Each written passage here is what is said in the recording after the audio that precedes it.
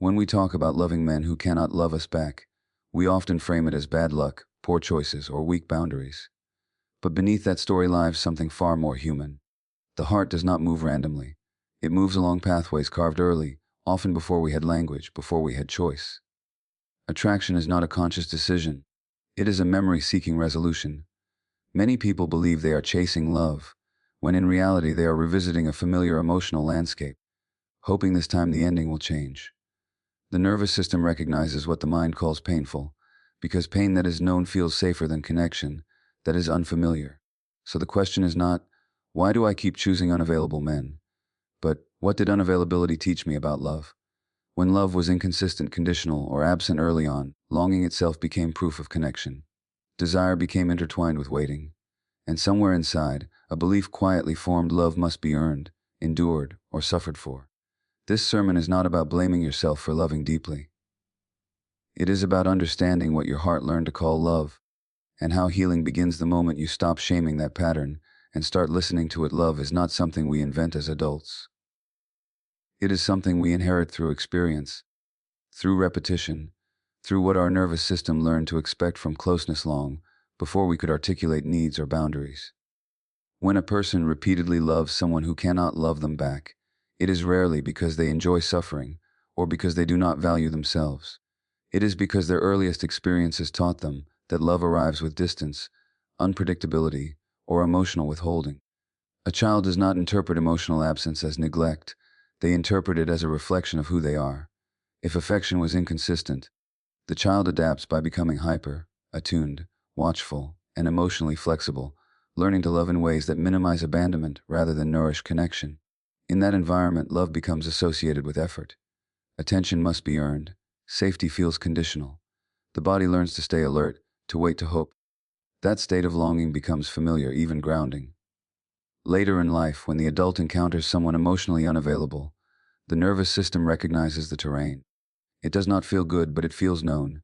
Known pain is less frightening than unknown safety. Presence, consistency, and reciprocity can feel strangely dull or even threatening, because the body has no memory of them as love. This is why attraction cannot be reasoned away. You can understand logically that someone is unavailable, dismissive, or incapable of intimacy, and still feel magnetized toward them. Attraction is not governed by insight alone, it is governed by emotional memory. The body seeks what it knows how to survive. If love once meant waiting for warmth, enduring silence, or earning affection through self-erasure, then a partner who offers clarity and emotional availability may feel unfamiliar, even unsafe. There is often a deep misunderstanding here. People assume that if they just heal their self-esteem, they will stop choosing unavailable partners. But this pattern is not rooted in low self-worth alone. It is rooted in attachment. Attachment is not about how you feel about yourself. It is about how your system learned to connect. You can believe you are worthy of love and still feel pulled toward those who cannot give it. Because belief lives in the mind, while attachment lives in the body. Hope plays a powerful role in this dynamic. Hope becomes a coping mechanism. The belief that, this time it will be different, keeps the nervous system engaged, invested, alive. The fantasy of potential replaces the reality of presence.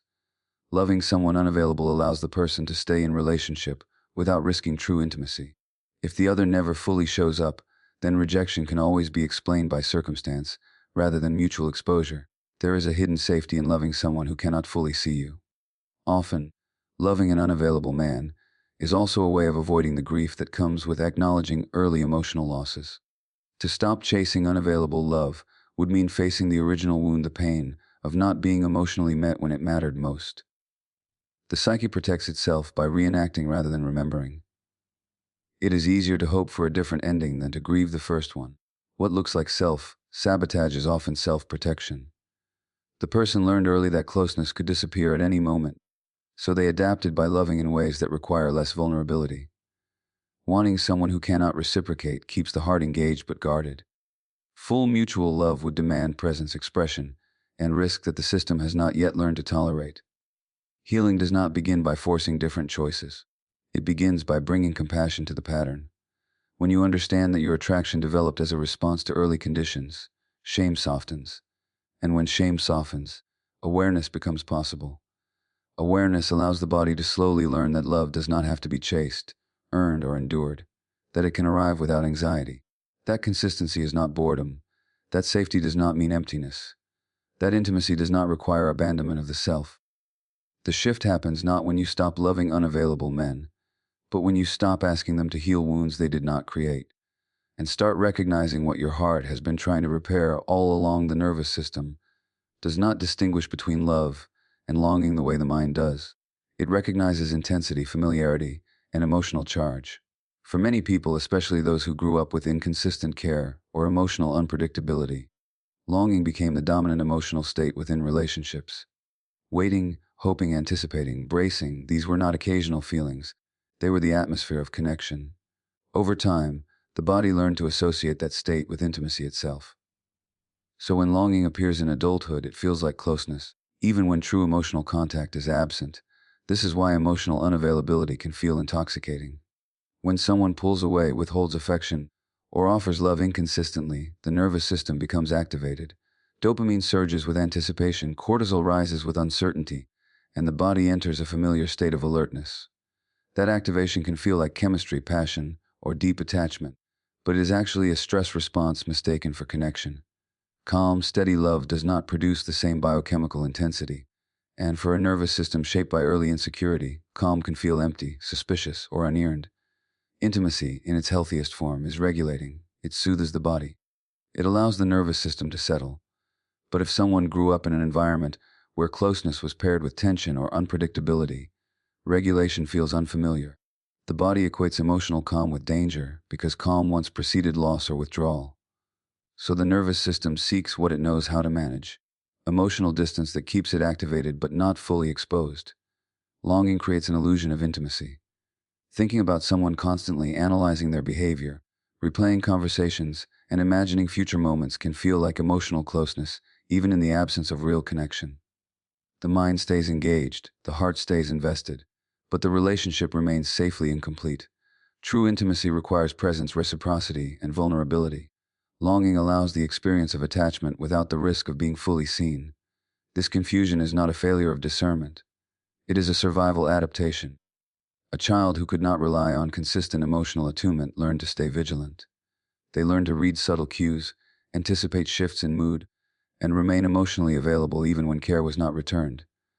That vigilance becomes wired into the nervous system.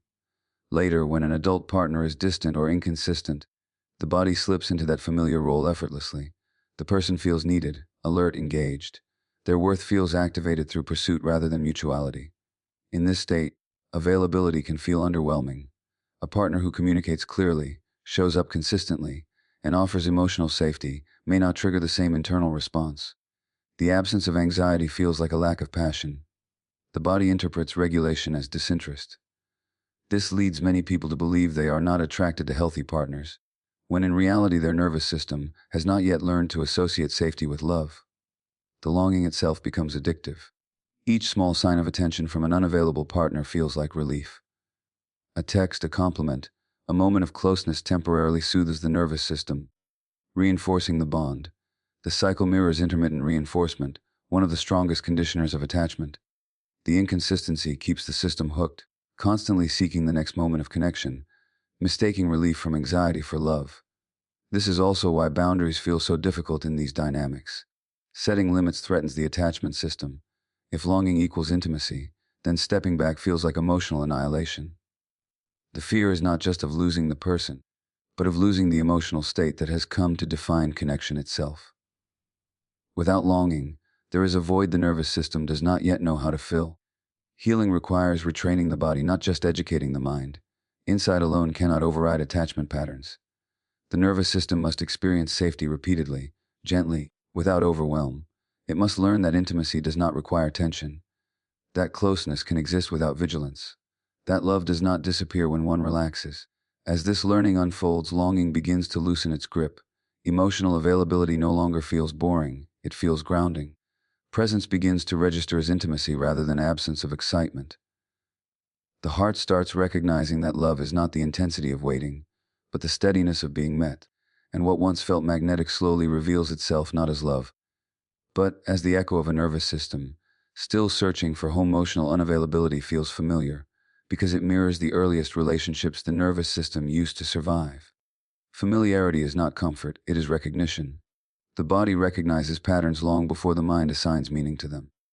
When someone grows up with caregivers who were emotionally distant, overwhelmed, inconsistent, or preoccupied, the child adapts by organizing their attachment around absence. Love becomes something sensed indirectly, through longing rather than contact, through effort rather than ease. In childhood, the primary need is connection, not accuracy. A child cannot afford to see caregivers clearly if doing so threatens attachment. So instead of recognizing emotional unavailability as a limitation of the caregiver, the child internalizes it as a personal responsibility. They learn to wait, to try harder, to be more attuned, quieter, more pleasing, more emotionally accommodating. This adaptation is intelligent. It preserves connection in an environment where emotional presence is unreliable. That strategy does not disappear with age. It becomes embedded in the attachment system. Later in life, when an adult encounters a partner who is emotionally unavailable, the body experiences a subtle sense of recognition. There is no conscious thought saying, "This reminds me of childhood." Instead, there is a felt sense of familiarity, of knowing how to be in this dynamic. The rules are already written. The nervous system understands its role. This is why emotionally available partners can feel disorienting. There is no script for ease, no role to perform, no emotional puzzle to solve.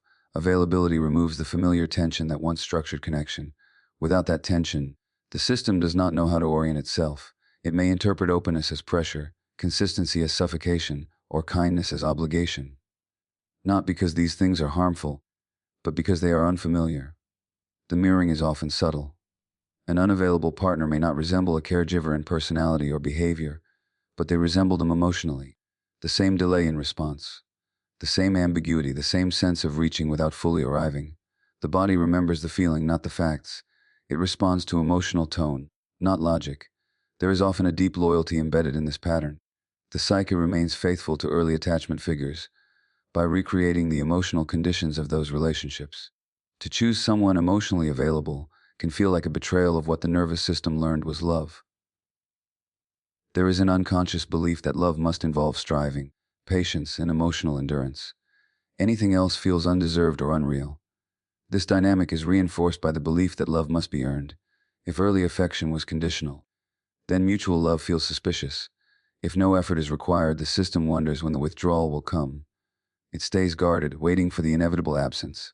In contrast, an unavailable partner confirms the original belief love is scarce, unpredictable, and something you work for.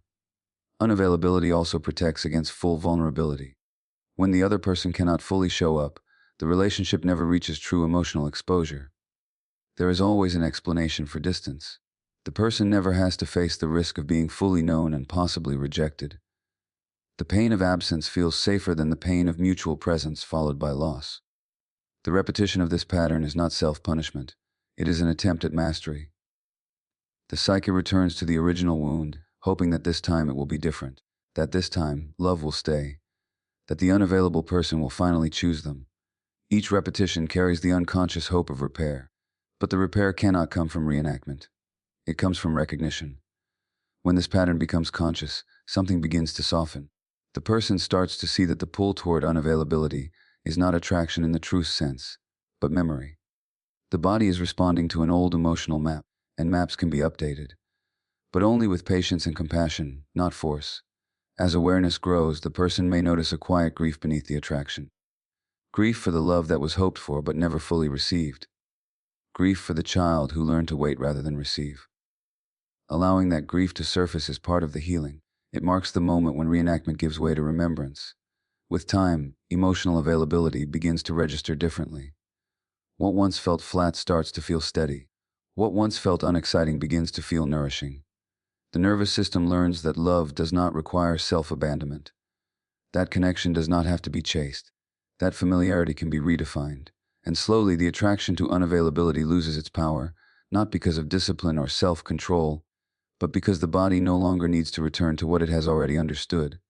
Hope is often mistaken for love, but in many attachment patterns, hope is a survival strategy.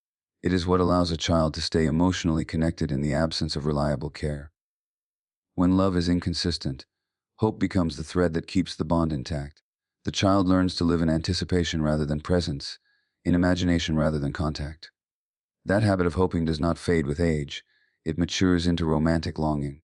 In adulthood, hope attaches itself to unavailable men because unavailability creates space for fantasy. When someone does not fully show up, the mind fills in the gaps. The relationship exists more vividly in potential than in reality. Who they could become, how they might change, what the connection might look like if only circumstances were different.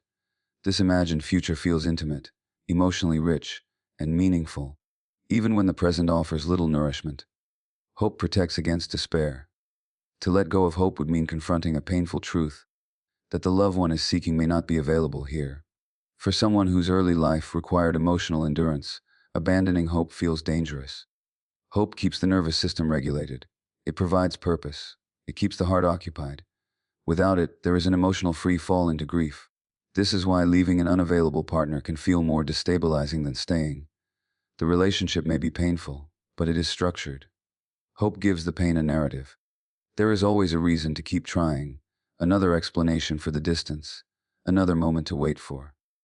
Letting go would mean facing the emptiness beneath the hope, the original loneliness that hope was designed to protect against.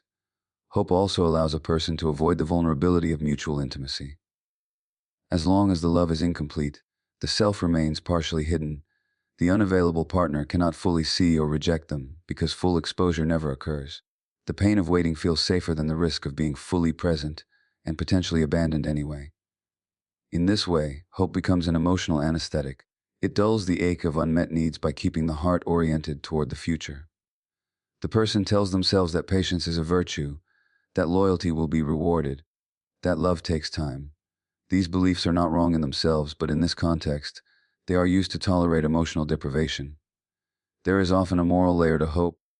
People learn to equate staying with goodness and leaving with failure, especially those who learned early to be emotionally responsible for others. Letting go can feel like cruelty. Wanting more can feel selfish. Hope becomes proof of love, while needing reciprocity feels like a flaw. Breaking free from this pattern does not require killing hope. It requires redirecting it. Hope must be turned inward, toward the possibility that one's needs matter. That love can be mutual. That connection does not have to be extracted from absence. This redirection can feel terrifying at first, because it challenges a lifetime of emotional conditioning. As hope loosens its grip on unavailable partners, it reveals what it was covering all along: the grief of unmet childhood needs, the sadness of loving without being held, the exhaustion of waiting. Allowing that grief to surface is not a regression, it is a maturation. It signals that the nervous system no longer needs fantasy to survive. Gradually, hope transforms from waiting to trusting. Not trusting others blindly, but trusting one's own signals. Trusting that discomfort around availability is not danger, but unfamiliarity. Trusting that love does not require endurance to be real. And as this shift unfolds, the pull toward unavailable men weakens, not because hope disappears, but because it finally finds a home where it can rest. Self-abandonment does not begin as a choice. It begins as an adaptation to stay connected in an environment where needs were inconvenient, overwhelming, or unwelcome. When a child senses that expressing emotions leads to withdrawal, irritation, or emotional distance, they learn to turn away from themselves before others do. They learn to minimize needs, soften desires, and prioritize the emotional climate around them. This is not weakness, it is intelligence shaped by necessity. Over time, this turning away from the self becomes automatic. The child becomes skilled at reading others while losing contact with their own internal signals. Hunger, discomfort, sadness, anger, these sensations are muted or delayed. The body learns that staying connected requires self-erasure. Love becomes something that happens when one is easy, flexible, undemanding. This internal contract is carried quietly into adulthood. When someone who learns self-abandonment enters a romantic relationship, they do not arrive as a full participant. They arrive as a caretaker of the bond. Their attention flows outward, toward managing the other person's moods, needs, and availability. They adapt quickly, tolerate ambiguity, and make emotional excuses on behalf of the other. This feels like love because it feels familiar. But what is actually happening is a repetition of an early survival strategy. Unavailable men often activate this pattern perfectly. Their distance creates an invitation for self-abandonment. The person learns to wait, to adjust expectations, to suppress disappointment. They convince themselves they are low maintenance, understanding, patient. In reality, they are disappearing from their own experience to preserve the connection. What makes this pattern so difficult to recognize is that it is often rewarded. Society praises self-sacrifice. It romanticizes endurance. People who abandon themselves are often described as loyal, loving, forgiving. The pain is invisible because it is internal. No one sees the quiet cost of constantly overriding one's own needs. Self-abandonment also provides a sense of control. By focusing on the other person, one avoids the vulnerability of asking for more. Needs are risky. They introduce the possibility of refusal. By silencing needs, the person maintains the illusion of safety. The relationship may not nourish them, but it does not explicitly reject them either. There is often a deep fear beneath self-abandonment, the fear that if one fully shows up, asks, feels, and expects, love will disappear. This fear is not imagined. It is remembered. It comes from early experiences where authenticity led to loss or disconnection. The body remembers that risk, even if the mind does not. Over time, the cost accumulates. Resentment builds quietly. Exhaustion sets in. The person feels unseen, not because the partner refuses to see them, but because they have not allowed themselves to be seen. The unavailable partner becomes the focus of pain, but the deeper wound is the ongoing absence of the self. Healing begins when self-abandonment is recognized not as a flaw, but as a learned behavior. Compassion replaces criticism. The person begins to notice the subtle moments where they override their own signals. The tightening in the chest they ignore. The disappointment they rationalize. The longing they silence. Awareness creates a pause. And in that pause, a new choice becomes possible. Choosing the self does not mean becoming selfish or cold. It means becoming present. It means allowing one's internal experience to matter as much as the external relationship. This can feel destabilizing at first. The nervous system may interpret self-presence as danger. Old fears arise, anxiety increases. This is not regression, it is reorganization. As the person practices staying with themselves, even in small ways, something shifts. They begin to feel the weight of what they have been carrying. Grief emerges. Anger surfaces. Sadness breathes. These emotions were always there, but they were buried to preserve connection. Letting them exist is an act of reclamation. Slowly, relationships begin to reorganize around this new presence. Some connections fall away because they relied on self-abandonment to survive. Others deepen because they can now meet a fuller self. And the attraction to unavailable men weakens, not because discipline is applied, but because the self is no longer willing to disappear in order to be loved. Emotional pain can feel safer than emotional presence when presence was once unpredictable or overwhelming. For many people, pain has structure. It has edges. It is familiar. Emotional presence, on the other hand, requires openness, receptivity, and trust, states that were not supported early on. When a child experienced closeness as intrusive, inconsistent, or conditional, their nervous system learned to brace rather than soften. Pain became manageable because it could be anticipated. Presence could not. In relationships, emotional pain often arrives through distance, rejection, or unmet longing. These experiences hurt, but they do not require full exposure. The self can remain partially hidden, protected by disappointment or resignation. Emotional presence demands something different. It asks the person to be seen in real time, with needs, desires, and vulnerability intact.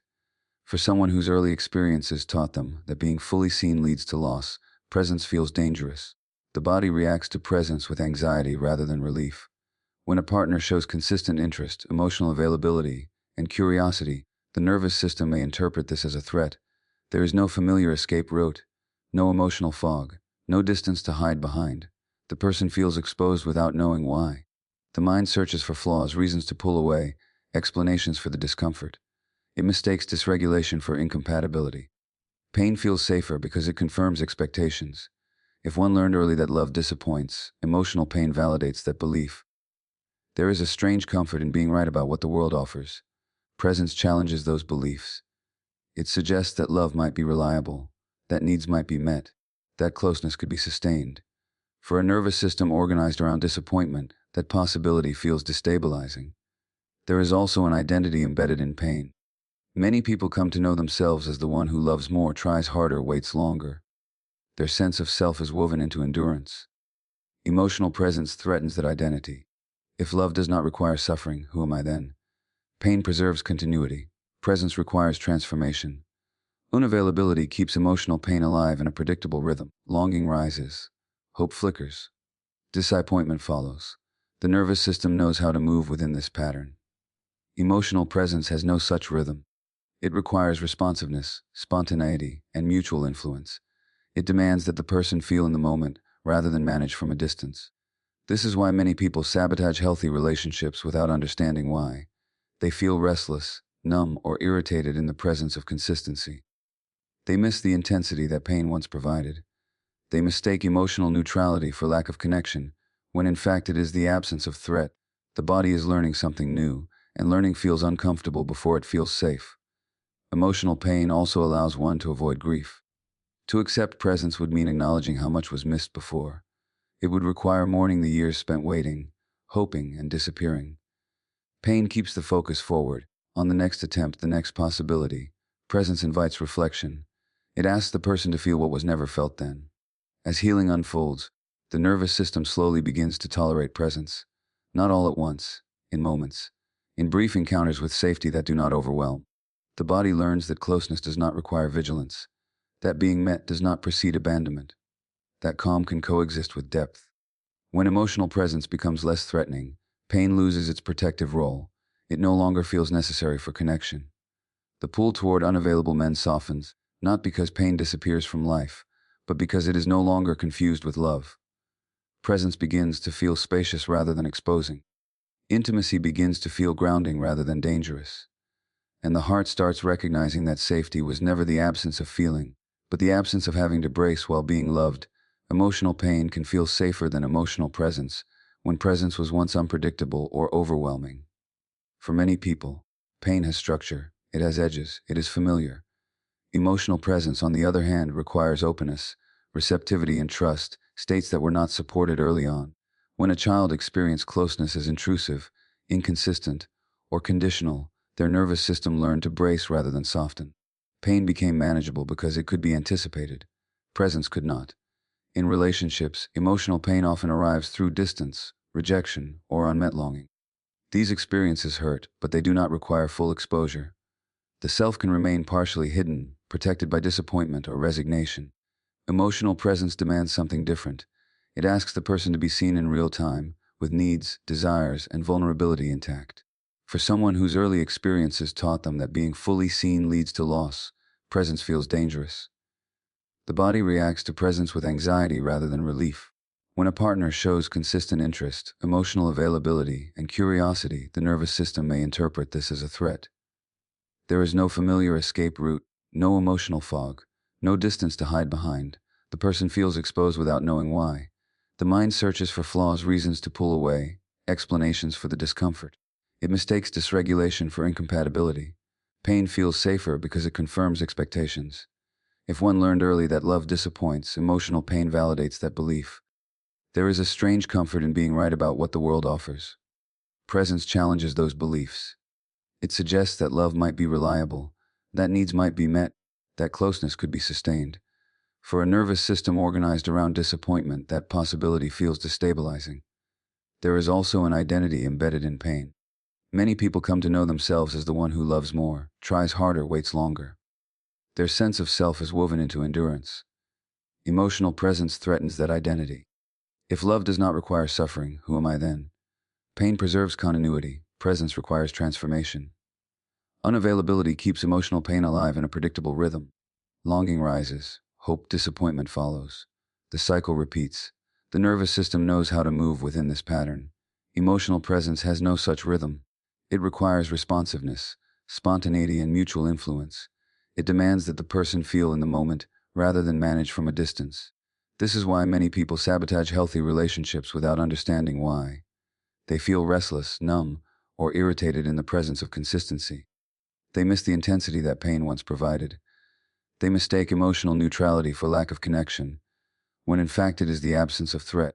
The body is learning something new, and learning feels uncomfortable before it feels safe. Emotional pain also allows one to avoid grief. To accept presence would mean acknowledging how much was missed before. It would require mourning the years spent waiting, hoping, and disappearing. Pain keeps the focus forward, on the next attempt, the next possibility. Presence invites reflection.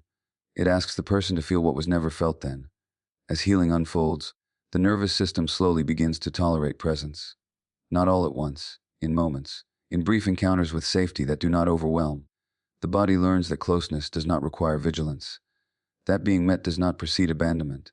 That calm can coexist with depth. When emotional presence becomes less threatening, pain loses its protective role. It no longer feels necessary for connection. The pull toward unavailable men softens, not because pain disappears from life, but because it is no longer confused with love. Presence begins to feel spacious rather than exposing. Intimacy begins to feel grounding rather than dangerous. And the heart starts recognizing that safety was never the absence of feeling, but the absence of having to brace while being loved. The body does not seek rejection, it seeks repair. What looks like a pattern of choosing men who cannot love you back is often an unconscious attempt to return to an original wound and finally experience a different outcome. The psyche revisits familiar emotional territory not to suffer, but to heal what was left unfinished. This is not masochism. It is the nervous system searching for completion. When early attachment experiences involved emotional absence, misattunement, or inconsistency, the body stored that experience as unresolved. There was no closure, no explanation, no repair. The child adapted and moved on, but the emotional imprint remained active. Later in life, the body recognizes similar conditions and is drawn back into them, hoping that this time the story will end differently. This is why insight alone does not break the pattern. You can understand that a man is unavailable, that he cannot meet your needs, that the dynamic is painful, and still feel compelled to stay. The pull is not about the person in front of you. It is about the past asking to be resolved through the present. Each emotionally unavailable relationship carries an unconscious question: will you see me now? Will you choose me? Will you stay? These questions were never answered early on. The body keeps asking them, hoping for a repair that never came. But the repair cannot come from the same conditions that created the wound. It comes from a different kind of experience entirely. What makes this pattern so confusing is that the hope for repair feels like love. The intensity, the longing, the emotional investment all feel meaningful. But what is actually being activated is a memory network. The heart is not opening to the present moment. It is reaching backward, trying to finish something that could not be finished then. The tragedy is not that people seek unavailable partners. The tragedy is that they expect those partners to provide the repair that only safety can offer. Repair requires attunement, presence, responsiveness, and emotional availability. An unavailable partner cannot provide that by definition. No matter how deeply one loves, the conditions for healing are not there. Healing begins when the person recognizes the pattern not as failure, but as information. The attraction points to an unresolved place inside. When approached with compassion, that place can finally be met. The body does not need another unavailable relationship. It needs a new experience of being seen, heard, and held in emotional safety. This is why therapeutic relationships, emotionally healthy friendships, and regulated romantic connections are so powerful. They provide what the nervous system has been searching for all along: consistent presence without abandonment. Over time, these experiences begin to update the emotional memory. The body learns that repair does not require suffering. As this learning takes place, something subtle shifts. The old pull loses urgency. The intensity fades. Not because the person becomes less loving, but because love no longer has to carry the burden of repair. The heart becomes free to respond to what is here now, rather than what was missing then. When the body no longer needs to revisit the wound, it stops mistaking rejection for destiny. The longing quiets. The attraction reorganizes. And the person begins to choose not from memory, but from presence. Not from hope for repair, but from the recognition that love does not arrive to fix the past. It arrives to meet the present as it is. Healing begins when awareness replaces self-judgment. As long as the pattern is met with shame, it cannot change. Shame tightens the nervous system. It reinforces the belief that something is wrong with you, that your longing is a defect, that your choices are proof of failure. This inner stance mirrors the original emotional environment, where needs were misunderstood or dismissed. Healing does not grow in that soil. Awareness is different. Awareness is curious, not condemning. It asks what happened, not what is wrong. When a person begins to observe their attraction without attacking themselves, the nervous system softens. There is space to notice sensations, impulses, and reactions as information rather than evidence of weakness. This shift alone begins to loosen the grip of the pattern. Self-judgment keeps the cycle intact by recreating the original wound internally. The unavailable partner may no longer be present, but the inner critic takes over their role. The person continues to withhold compassion from themselves. Awareness interrupts this internal abandonment. It brings presence to places that were previously ignored. When awareness enters the body, Patterns become visible in real time. The tightening in the chest when someone pulls away. The surge of excitement mixed with anxiety when attention is inconsistent. The urge to overthink, overgive, or self-silence. These signals are not commands, they are messages. Awareness allows the person to stay with the sensation instead of acting it out. This is where choice begins to emerge. Not the kind of choice that comes from willpower, but the kind that arises from regulation. When the nervous system is less hijacked by old attachment responses, it becomes possible to pause. In that pause, the person can ask what they are actually feeling and what they actually need. Awareness also reveals grief. Beneath the pattern lies the sadness of not being met, the disappointment of hoping again and again, the exhaustion of waiting. When these emotions are allowed, they no longer need to drive behavior. They can be felt, integrated, and released. This is not indulgence, it is completion. As self-judgment dissolves, compassion naturally arises.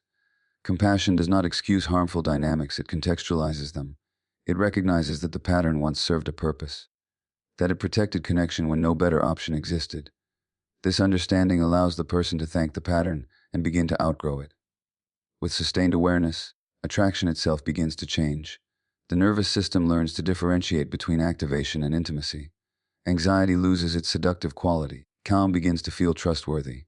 Emotional availability registers as warmth rather than threat. This recalibration happens gradually, through repeated moments of conscious presence. Healing does not mean never feeling drawn to unavailability again. It means noticing the draw without surrendering to it. It means choosing based on how the body feels after contact, not during the chase. It means valuing regulation over intensity.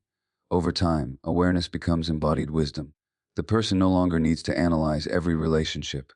They feel the difference. They sense when they are disappearing.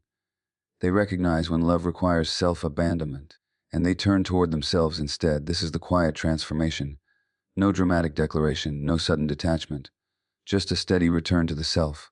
And in that return, love reorganizes itself around presence, mutuality, and truth, not because the heart has hardened, but because it has finally learned that it does not have to suffer in order to be worthy of being loved.